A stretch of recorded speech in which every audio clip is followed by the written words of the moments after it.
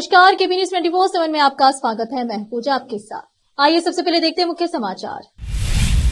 विभिन्न दलित संगठनों द्वारा 6 दिसंबर को बीदर में आयोजित होने जा रहे परिनिर्वाण दिवस कार्यक्रम के पोस्टर का किया गया विमोचन।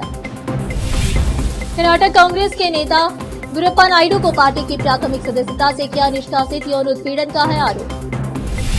तेलंगाना के राजनीतिक तूफान में फंसा बिहार का एक आईएएस ऑफिसर, यूपीएससी में हासिल की 70वीं रैंक। महाराष्ट्र को 8 दिन बाद भी नहीं मिल सका, सीएम संजय राउत ने बताई इसके पीछे की वजह। अकेले ईवीएम नहीं, पूरी चुनावी प्रक्रिया को मुद्दा बनाएगी कांग्रेस, सीडब्ल्यूसी में लिया गया राष्ट्रीय आंदोलन का फैसला। बांग्लादेश में हिंदुओं पर अत्याचार बंद हो, चिन्मय दास की हो फौरन रिहाई, आरएसएस की मांग।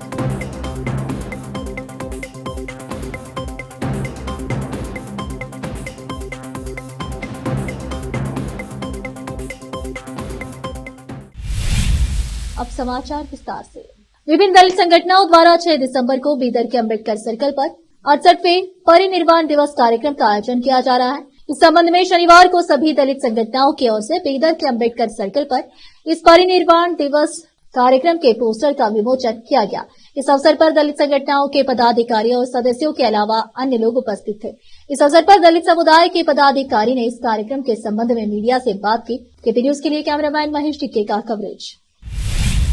कर्नाटक कांग्रेस के नेता बी गुरप्पा नायडू को 6 साल के लिए पार्टी की प्राथमिक सदस्यता से निष्कासित कर दिया गया। उन पर यौन उत्पीड़न और एक महिला की गरिमा को ठेस पहुंचाने का आरोप है। कर्नाटक प्रदेश कांग्रेस समिति केपीसीसी की अनुशासनात्मक कार्रवाई समिति के अध्यक्ष के रहमान खान ने एक प्रेस विज्ञप्ति के जरिए नायडू को पार्टी से निष्कासित करने की घोषणा की।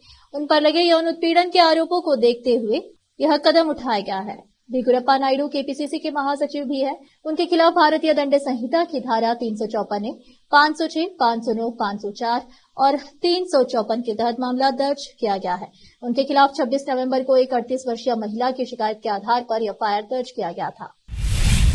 अमेरिका में गोलीबारी की घटना में तेलंगाना के खम्मम के एक युवक की मौत हो गई। मृत युवक की पहचान खम्मम के रामनापेट के रहने वाले साई तेज के रूप में हुई है। तत्कालिक रिपोर्ट के अनुसार कुछ अपराधियों द्वारा की गई गोलीबारी में उनकी मौत हो गई। साई तेज एमएस की पढ़ाई करने के लिए अमेरिका गया हुआ था। वह शिकागो के पास एक यूनिवर्सिटी में एमएस की पढ़ाई कर रहा था। उसके निधन की खबर तेलंगाना एसोसिएशन ने दी। एसोसिएशन ऑफ नॉर्थ अमेरिका टीएएनए के अधिकारियों ने मृतक के परिजनों को दी। इस जानकारी से उन पर दुख का पहाड़ टूट पड़ा। देश के सबसे कठिन परीक्षाओं में से एक मानी जाने वाली यूपीएससी सिविल सेवा की परीक्षा में अच्छे रैंक लाने के बाद आईएएस ऑफिसर बनते हैं। इसके बाद सर्विस अनुभव के आधार पर अलग अलग जगहों पर पोस्टिंग दी जाती है। इसी पोस्टिंग के दौरान कलेक्टर एंड डीएम का पद भी मिलता है। कलेक्टर एंड डीएम का पद जिले में सबसे अहम पदों में से एक है। अक्सर देखा गया है कि इस पद रहते हुए आईएएस ऑफिसर कई तरह के विवादों में भी फंस जाते हैं। ऐसे ही तेलंगाना के राजनीतिक विवाद में बिहार के एक आईएएस ऑफिसर फंस गए हैं। इनका नाम संदीप कुमार झा है।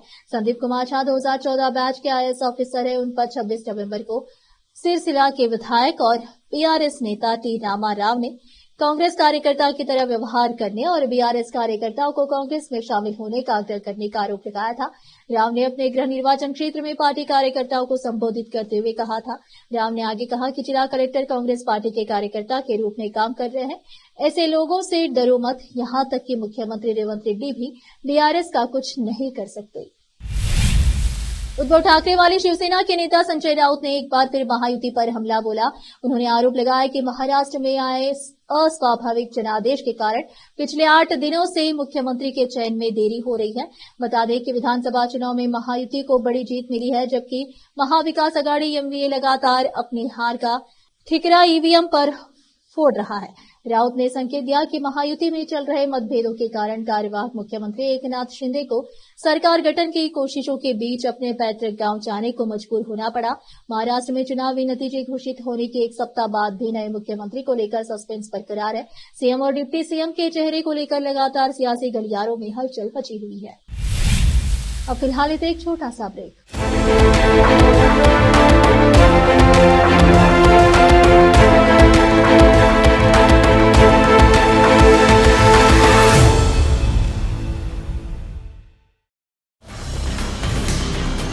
हिंदुस्तान के हर कोने में हम हैं मौजूद।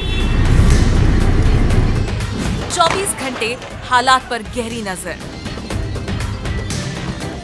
खबरों से जुड़े चुपते सवालात और आपको दिखाता है धार्मिक, सामाजिक, राजनीतिक, लोकल और इंटरनेशनल न्यूज की सबसे बेहतर कवरेज जो आपको रखती है हर पल बाखबर।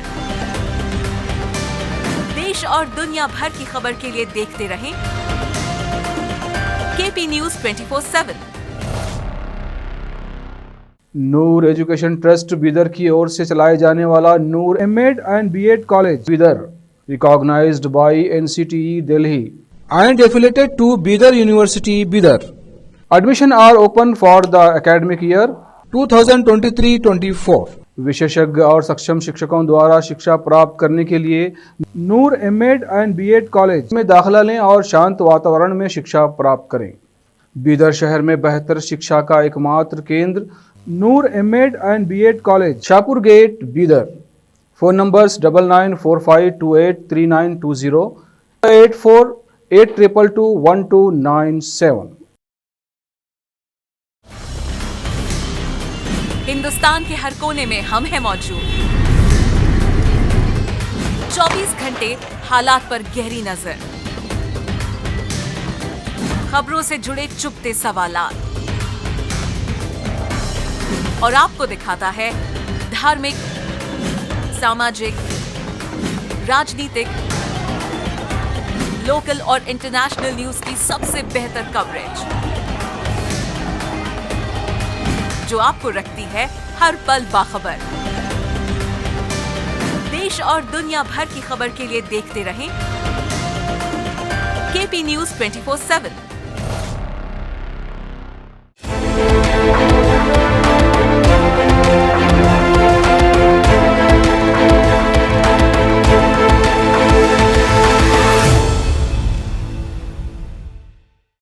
ब्रेक के बाद आपका स्वागत है। आइए देखते हैं देश के अन्य समाचार।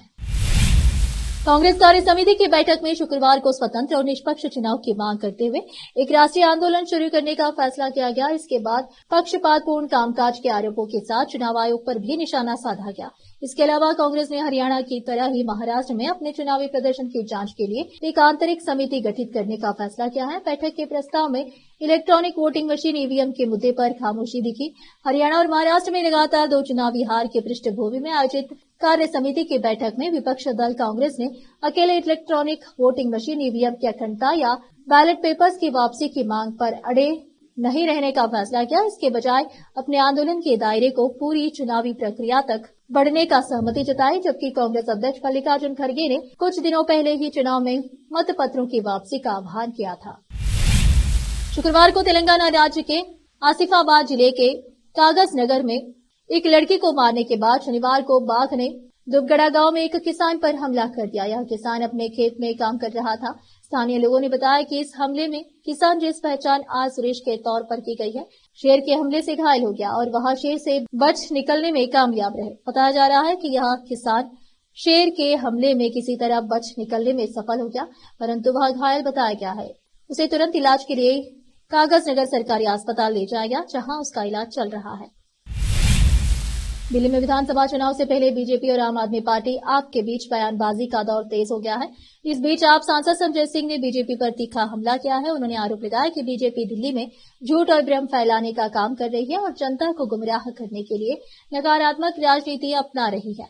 संजय सिंह ने कहा कि बीजेपी चुनावी फायदे के लिए राष्ट्रीय सुरक्षा और संवैधानिक संस्थाओं का राजनीतिकरण कर रही है। उन्होंने यह भी कहा कि आप सरकार ने दिल्ली के विकास के लिए जो काम किए हैं उससे बीजेपी घबराई हुई है और इसलिए वह झूठे आरोप लगा रही है। आप सांसद का यह बयान चुनावी माहौल को और गर्मा सकता है, क्योंकि दोनों पार्टियों के बीच प्रतिद्वंदिता लगातार बढ़ती ही जा रही है। बांग्लादेश में हिंदुओं का उत्पीड़न यूं तो शेख हसीना के तख्ता पलट के दिन से जारी है। बीच बीच में दंगई और कट्टरपंथी थोड़ा ब्रेक लेते हैं तो दिल में भरी दहशत के बीच उन्हें भी कुछ चैन के पल बिताने को मिल जाते हैं। ढाका हो या चटगांव या फिर कोई और बांग्लादेशी शहर, बीते सोमवार से शनिवार को वीकेंड तक हिंदुओं का शारीरिक और मानसिक उत्पीड़न एक बार फिर चरम पर है। हिंदुओं को मारने, काटने और उनकी संपत्तियों को आग लगाने से लेकर तोड़ने तक का काम धड़ल्ले से और खुलेआम हो रहा है। मानव अधिकारों की बात करने वाले आंख मूंद कर बैठे हैं। सेकुलर हो या बांग्लादेश में वामपंथी के पैरोकार सब हिंदुओं की दयनीय हालत पर चुप्पी साधे बैठे हैं। इस तमाम सिनेरियो यानी घटनाक्रम के बीच चिन्मय कृष्णा दास ब्रह्मचारी की बांग्लादेश में गिरफ्तारी को लेकर राष्ट्रीय स्वयंसेवक संघ आरएसएस ने कड़ी आपत्ति जताते हुए बांग्लादेश में हिंदुओं पर हो रहे अत्याचार तत्काल बंद करने की मांग की है। राष्ट्रीय स्वयंसेवक संघ द्वारा जारी किए गए वक्तव्य में कहा गया है कि बांग्लादेश में हिंदुओं पर हो रहे अत्याचार तत्काल बंद हो और इस्कॉन के सन्यासी चिन्मय कृष्णा दास को अन्यायपूर्ण कारावास से फौरन रिहा कर दिया जाना चाहिए। और फिलहाल लेते एक और छोटा सा ब्रेक। हिंदुस्तान के हर कोने में हम हैं मौजूद। 24 घंटे हालात पर गहरी नजर, खबरों से जुड़े चुपते सवालात और आपको दिखाता है धार्मिक, सामाजिक, राजनीतिक, लोकल और इंटरनेशनल न्यूज की सबसे बेहतर कवरेज जो आपको रखती है हर पल बाखबर। देश और दुनिया भर की खबर के लिए देखते रहें केपी न्यूज 24/7। ब्रेक के बाद आपका स्वागत है। आइए देखते हैं देश के अन्य समाचार। बिहार की पूर्णिया सीट से निर्दलीय सांसद राजेश टंडन उर्फ पप्पू यादव को 24 घंटे के अंदर जान से मारने की धमकी मिली है। व्हाट्सएप पर यह धमकी दी गई है। मैसेज में एक बड़ा ब्लास्ट दिखाया गया है और 24 घंटे का समय दिया गया है। पप्पू यादव ने खुद इसकी जानकारी देते हुए आज पत्रकारों को बताया कि पिछले 1.5 महीने से उन्हें लगातार धमकियां मिल रही है। उन्होंने कहा कि मैं धमकी की परवाह नहीं करता, लेकिन कौन लोग धमकी दे रहे हैं, क्या मकसद है, किसके लिए काम कर रहे हैं, जेल के भीतर से धमकियां क्यों मिल रही है, यह जांच का विषय है। उन्होंने आगे कहा कि सरकारी मेरी सुरक्षा करे या ना करे, कम से कम लोगों के सामने यह जरूर बताया कि आखिर धमकी क्यों मिल रही है। अगर सच बोलने की यही सजा है तो ऐसी सजा में 1000 बार भुगतने के लिए तैयार हूं। मुझे जान की बिल्कुल भी परवाह नहीं है, लेकिन सरकार को यह जरूर बताना चाहिए कि जेल के अंदर से कैसे धमकी मिल रही है, कभी विदेश से तो कभी देश के भीतर से। यह धमकियां आखिर कौन लोग दे रहे हैं, किसके इशारे पर यह सब हो रहा है। बिहार की राजधानी पटना के हवाई यात्रियों को नए साल में हैदराबाद और बेंगलुरु की डायरेक्ट सेवा मिलने वाली है। एयर इंडिया पटना से हैदराबाद और बेंगलुरु के लिए उड़ान देने जा रहा है, जिसकी शुरुआत 15 जनवरी से होने वाली है। इसकी बुकिंग की भी शुरुआत हो गई है। बता दें कि इस समय पटना हैदराबाद के लिए 3 जोड़ी विमानों का संचालन होता है। अब आइए जानते हैं कि 15 जनवरी से शुरू होने वाली एयर इंडिया की टाइमिंग और शेड्यूल क्या है। मिली जानकारी के अनुसार 15 जनवरी से हैदराबाद में सुबह 11:05 पर उड़ान भरकर दोपहर 1:05 पर पटना में लैंड करेगी। वहीं वापसी में पटना से दोपहर 1:45 पर पटना से हैदराबाद के लिए उड़ान भरेगी और शाम 3:55 पर हैदराबाद में लैंड करेगी। एयर इंडिया एक्सप्रेस ने अपने एक्स अकाउंट पर लिखा कि 15 जनवरी 2025 से बेंगलुरु और हैदराबाद से पटना के लिए दैनिक सीधी उड़ानें शुरू हो रही है। आप एयर इंडिया एक्सप्रेस के लिंक पर जाकर टिकट बुक कर सकते हैं। आखिर में फिर एक बार देखते हैं मुख्य समाचार। विभिन्न दलित संगठनों द्वारा 6 दिसंबर को बीदर में आयोजित होने जा रहे परिनिर्वाण दिवस कार्यक्रम के पोस्टर का किया गया विमोचन। कर्नाटक कांग्रेस के नेता गुरुप्पा नायडू को पार्टी की प्राथमिक सदस्यता से किया निष्कासित, यौन उत्पीड़न का है आरोप। तेलंगाना के राजनीतिक तूफान में फंसा बिहार का एक आईएएस ऑफिसर, यूपीएससी में हासिल की 70वीं रैंक।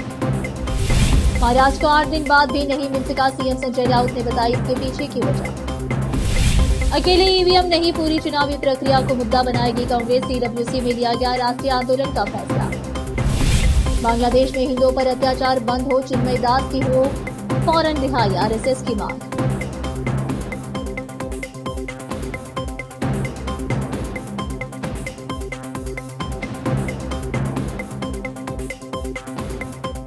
केपी न्यूज में इस वक्त के लिए इतना ही। देश प्रदेश के समाचारों के लिए देखते रहिए आपका अपना चैनल केपी न्यूज 24/7। धन्यवाद।